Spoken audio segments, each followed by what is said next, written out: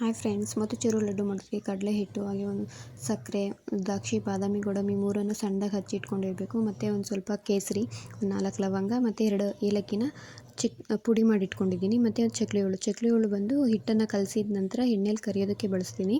ಆ ಚಕ್ಲಿ ಹುಳು ಬಳಸೋದ್ರಿಂದ ಚಿಕ್ಕದಾಗೆ ಬರುತ್ತೆ, ಲಾಡುಗೆ ಸರಿ ಹೋಗುತ್ತೆ. ನೆಕ್ಸ್ಟ್ ಒಂದು ಪಾತ್ರೆಯಲ್ಲಿ ಕಡಲೆ ಹಿಟ್ಟನ್ನು ಹಾಕ್ಕೊಂಡು ಸ್ವಲ್ಪ ಫುಡ್ ಕಲರನ್ನು ಸೇರಿಸ್ಕೊಂಡು ಚೆನ್ನಾಗಿ ನೀರು ಸ್ವಲ್ಪನೇ ಮಿಕ್ಸ್ ಮಾಡಿಕೊಂಡು ಚೆನ್ನಾಗಿ ಗಂಟಿಲ್ಲದೆ ಥರ ಮಿಕ್ಸ್ ಮಾಡಬೇಕು.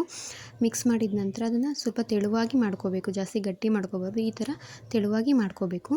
ನಂತರ ನಾವು ಸಕ್ಕರೆ ಪಾಕ ಕೂಡ ರೆಡಿ ಮಾಡ್ಕೊಳ್ಳೋಣ. ಒಂದು ತಪ್ಪಲೆಯಲ್ಲಿ ಸಕ್ಕರೆ ಹಾಕ್ಕೋತಾ ಇದ್ದೀನಿ. ನಂತರ ಅದಕ್ಕೆ ಒಂದು ಗ್ಲಾಸಷ್ಟು ನೀರನ್ನು ಸೇರಿಸ್ಕೊತಾ ಇದ್ದೀನಿ. ಸಕ್ಕರೆಗೆ ಒಂದಷ್ಟು ಜಾಸ್ತಿ ನೀರು ಹಾಕ್ಕೋಬಾರ್ದು, ಒಂದು ಗ್ಲಾಸಷ್ಟು ಮಾತ್ರ ನೀರು ಹಾಕ್ಕೋಬೇಕು. ನೀವೇನಾದರೂ ಜಾಸ್ತಿ ಮಾಡ್ತೀರಾ ಅಂದರೆ ಜಾಸ್ತಿ ಸಕ್ಕರೆನೂ ಇರಬೇಕು ಮತ್ತು ಜಾಸ್ತಿ ನೀರನ್ನು ಹಾಕ್ಕೋಬೇಕು. ಸ್ವಲ್ಪ ಸಕ್ಕರೆ ಹಾಕಿ ನೀರು ಜಾಸ್ತಿ ಹಾಕ್ಕೋಬಾರ್ದು. ನಂತರ ಒಂದು 4 ಲವಂಗನ ಸೇರಿಸ್ತಾ ಇದ್ದೀನಿ. ಅದಕ್ಕೆ ಸ್ವಲ್ಪ ಫುಡ್ ಕಲರ್ ಕೇಸರಿನ ಸೇರಿಸ್ತಾ ಇದ್ದೀನಿ, ಕಲರ್ ಬರೋದಕ್ಕೆ ಮೋತಿಚೂರು ಲಡ್ಡುಗೆ. ನಂತರ ಅದನ್ನು ಚೆನ್ನಾಗಿ ಮಿಕ್ಸ್ ಮಾಡಿಕೊಂಡು ಅದನ್ನು ಕಾಯ್ಲಿಕ್ಕೆ ಬಿಡಬೇಕು. ನಂತರ ಅಲ್ಲಿ ಪಕ್ಕದಲ್ಲೇ ಒಂದು ಬಾಣಲೆ ಎಣ್ಣೆ ಕಾಯೋದಕ್ಕಿಟ್ಟು ಅದಕ್ಕೆ ಚಕ್ಲಿ ಹುಳಿಂದ ಕಲಸಿದಂಥ ಹಿಟ್ಟನ್ನು ಹಾಕಿ ಸ್ವಲ್ಪನೇ ಹಾಕ್ಕೊಂಡು ಕರಿಬೇಕು.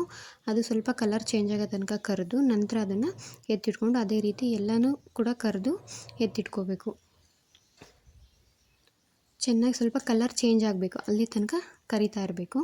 ನಂತರ ಎತ್ತಿಟ್ಕೊಂಡ್ರೆ ನೋಡಿ ಈ ಥರ ಚಿಕ್ಕದಾಗಿ ಬಂದುಬಿಡುತ್ತೆ ಚಕ್ಲಿ ಹುಳು ಯೂಸ್ ಮಾಡೋದ್ರಿಂದ. ಮತ್ತು ಅದನ್ನು ಗ್ರೈಂಡ್ ಮಾಡೋ ಅವಶ್ಯಕತೆ ಇರೋದಿಲ್ಲ. ಇದೇ ರೀತಿ ಎಲ್ಲನೂ ಪ್ರತಿಯೊಂದನ್ನು ತೇಲಿಸ್ಬಿಟ್ಟು ನಾನು ಕರೆದಿಟ್ಕೊಂಡಿದ್ದೀನಿ. ಅಷ್ಟರಲ್ಲಿ ನೋಡಿ ಸಕ್ಕರೆ ಪಾಕ ಕೂಡ ಮಳ್ತಿದೆ. ಸೊ ಹಾಗಾಗಿ ಕರೆದಿಟ್ಕೊಂಡಿರೋದನ್ನೆಲ್ಲನೂ ಆ ಪಾಕದೊಳಗಡೆ ಶಿಫ್ಟ್ ಮಾಡ್ತಾಯಿದ್ದೀನಿ. ಅದರೊಳಗಡೆ ಪೂರ್ತಿ ಕಂಪ್ಲೀಟ್ ಹಾಕ್ಬಿಟ್ಟು ಚೆನ್ನಾಗಿ ಮಿಕ್ಸ್ ಮಾಡಬೇಕು. ಚೆನ್ನಾಗಿ ಮಿಕ್ಸ್ ಮಾಡಿ ಒಂದು 2 ನಿಮಿಷ, ಒಂದು 2ರಿಂದ 3 ನಿಮಿಷ ಅದರಲ್ಲಿ ಬೇಯೋದಕ್ಕೆ ಬಿಡಬೇಕು. ಚೆನ್ನಾಗಿ ಮಿಕ್ಸ್ ಮಾಡಿ ಬೇಯಿಸ್ಬೇಕು. ಸ್ವಲ್ಪ ಜಾಸ್ತಿ ಹೊತ್ತು ಬೇಯಿಸಿದ್ರೆ ತಳ ಹಿಡಿಯುತ್ತೆ. ಸ್ವಲ್ಪ ಒಂದು 2 ನಿಮಿಷ ಬೇಯಿಸಿದ್ರೆ ನೋಡಿ ಈ ಥರ ಬರುತ್ತೆ. ಈ ಥರ ಆದಾಗ ಸಕ್ಕರೆ ಪಾಕನೆಲ್ಲ ಅದು ಹೀರ್ಕೊಂಡಿರುತ್ತೆ. ಈಗ ಸ್ಟವನ್ನು ಆಫ್ ಮಾಡಿಕೊಂಡು ಒಂದು 2 ನಿಮಿಷ ಕಾಲ ಪ್ಲೇಟ್ ಮುಚ್ಚಿಬಿಟ್ಟು ಹಾಗೆ ಬಿಡೋಣ. ಸ್ವಲ್ಪ ತಣ್ಣಗಾಗುತ್ತೆ ಮತ್ತು ಸೆಟೆಟ್ ಆಗುತ್ತೆ ಸಕ್ಕರೆ ಪಾಕ ಎಲ್ಲ.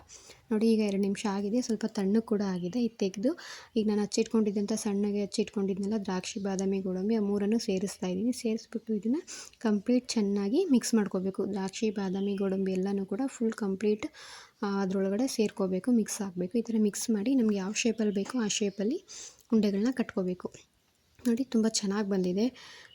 ಉಂಡೆಗಳು ಕೂಡ ಕಂಪ್ಲೀಟಾಗಿ ಚೆನ್ನಾಗಿ ಬರ್ತಿದೆ. ನೋಡ್ತಾ ಇದ್ದೀರಲ್ಲ, ತುಂಬ ಚೆನ್ನಾಗಿ ಬಂದಿದೆ. ಮೋತಿಚೂರು ಲಡ್ಡು ತುಂಬ ನೋಡೋದಕ್ಕೂ ಚೆನ್ನಾಗಿದೆ, ಟೇಸ್ಟಿಯಾಗೂ ಇದೆ. ಸ್ವಲ್ಪ ಟ್ರೈ ಮಾಡಿ ನೋಡಿ, ತುಂಬ ಚೆನ್ನಾಗಿದೆ ಮೋತಿಚೂರು ಲಡ್ಡು.